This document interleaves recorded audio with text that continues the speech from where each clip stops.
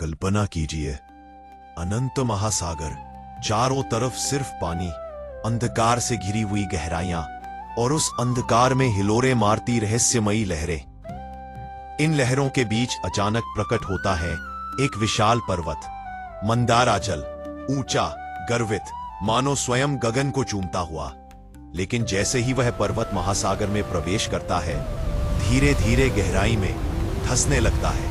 समुद्र की जलधाराएं उसे निगलने लगती है। देवता असहाय, असुर स्तब्ध। प्रश्न यह उठता है, कौन रोकेगा इस पर्वत को? कौन संभालेगा इस आदिकालीन प्रयोग को?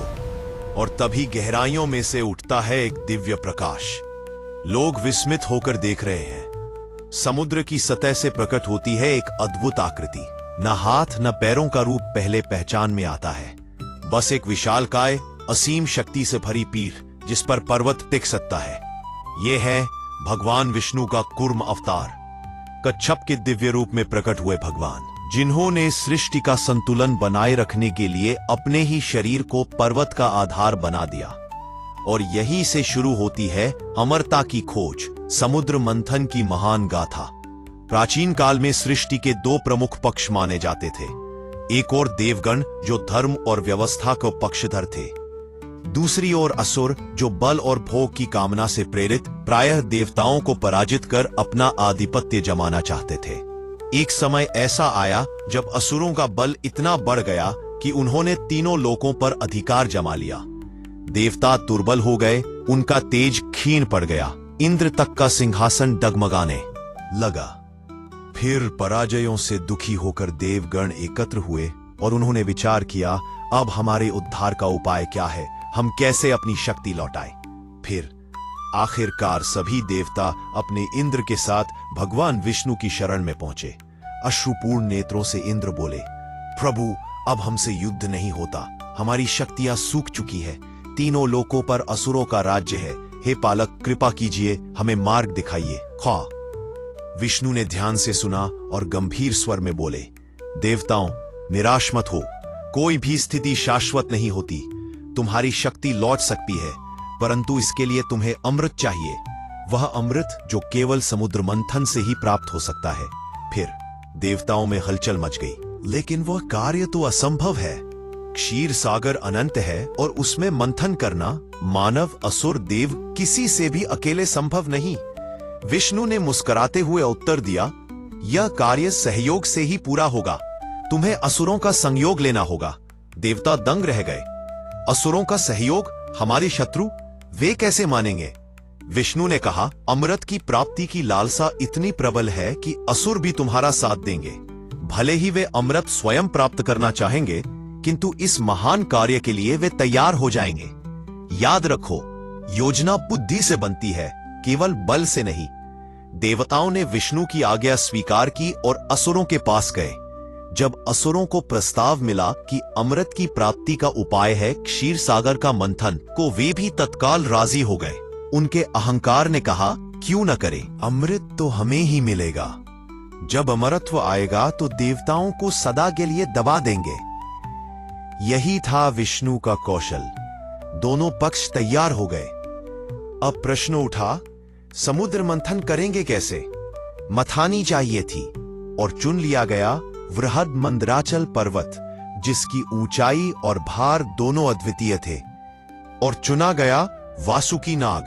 नागराज वासुकी इतना विशाल कि उसकी लंबाई से पर्वत को चारों ओर से लपेटा जा सके। योजना तय हुई। देवता और असुर समुद्र तट पर आए। मंदराचल को रस्सी से लपेटा गया। देवताओं को कहा गया कि नाग की पूंछ पकड़े रहे और असुरों को उसका मुख। मंदराचल पर्वत समुद्र में उतारा गया। भारी पर्वत जैसे ही जल में गया, पल भर में समुद्र की गहराइयों में धंसने लगा। उसका भार इतना अधिक था कि कोई उसे रोक न सका। देव घबरा गए। हे भगवान, हमारी कोशिश व्यर्थ हो गई। पर्वत बिना आधार के गहराई में जा रहा है। असुर भी चीख उठे, यह कार्य असंभव है, हमने अपना श्रम व्यर्थ गंवाया। देवता पुनः विष्णु के पास दौड़े। प्रभु, उपाय बताइए। पर्वत तो समुद्र में समा गया। अगर ऐसा ही रहा तो अमृत प्राप्ति का कार्य कभी पूरा नहीं होगा। परिस्थिति के देख पर विष्णु ने देखा कि संसार का संतुलन दांव पर लगा है। देव और असुर दोनों असहाय हैं। समुद्र का मंथन असंभव हो रहा है। तभी उन्होंने धारण किया कच्छप रूप। परंतु क्षण भर में क्षीर सागर से प्रकट हुआ एक अद्भुत दृश्य, महाविराट कच्छप जिसका आकार अकल्पनीय था। कल्पना कीजिए, समुद्र की लहरें जिनके पंजों में लिपट रही हैं, पीठ पर विस्तृत चौड़ा स्थान मानो पर्वत के लिए बना हो, और आंखों में अपार शांति का भाव।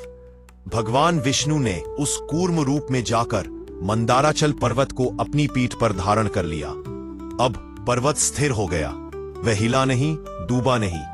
देवता और असुर पुनः उमंग से भर गए। वे पुकार उठे, जय हो कूर्म अवतार की। कथा का यह भाग केवल देव असुर या अमृत की खोज मात्र नहीं है, यह प्रतीक है स्थिरता का। जब तक कोई मजबूत आधार न हो, कोई भी महान कार्य संभव नहीं। कूर्म अवतार है हमें यह संदेश देते हैं कि जीवन की हर कठिनाई, हर दबाव, हर पर्वत को थामने के लिए हमें भीतर धैर्य का कच्छप जगाना होगा, तभी हमारा प्रयास सफल होगा। तो मित्रों, यहां तक आपने देखा कि कैसे देव और असुरों ने क्षीर सागर के मंथन का संकल्प लिया, कैसे मंदाराचल पर्वत समुद्र में डूब गया, और फिर स्वयं भगवान विष्णु कच्छप रूप में प्रकट होकर उस विराट पर्वत को अपनी पीठ पर धारण कर स्थिर कर दिया। अब जब पर्वत स्थिर हो चुका है और समुद्र मंथन शुरू होने वाला है, सोचिए उस महान मंथन से क्या क्या अद्भुत रत्न और दिव्य वस्तुएं बाहर आएंगी। कौन से चमत्कारी वरदान प्रकट होंगे, और अमृत की प्राप्ति के लिए देव और असुर कैसे संघर्ष करेंगे, ये सब जानने के लिए देखिए हमारे इस श्रृंखला का अगला भाग। अगर आपको ये कथा रोचक लगी हो तो वीडियो को लाइक कीजिए, चैनल को सब्सक्राइब कीजिए और घंटी के निशान को दबाइए ताकि समुद्र मंथन की अगली कड़ी आप तक सबसे पहले पहुंचे।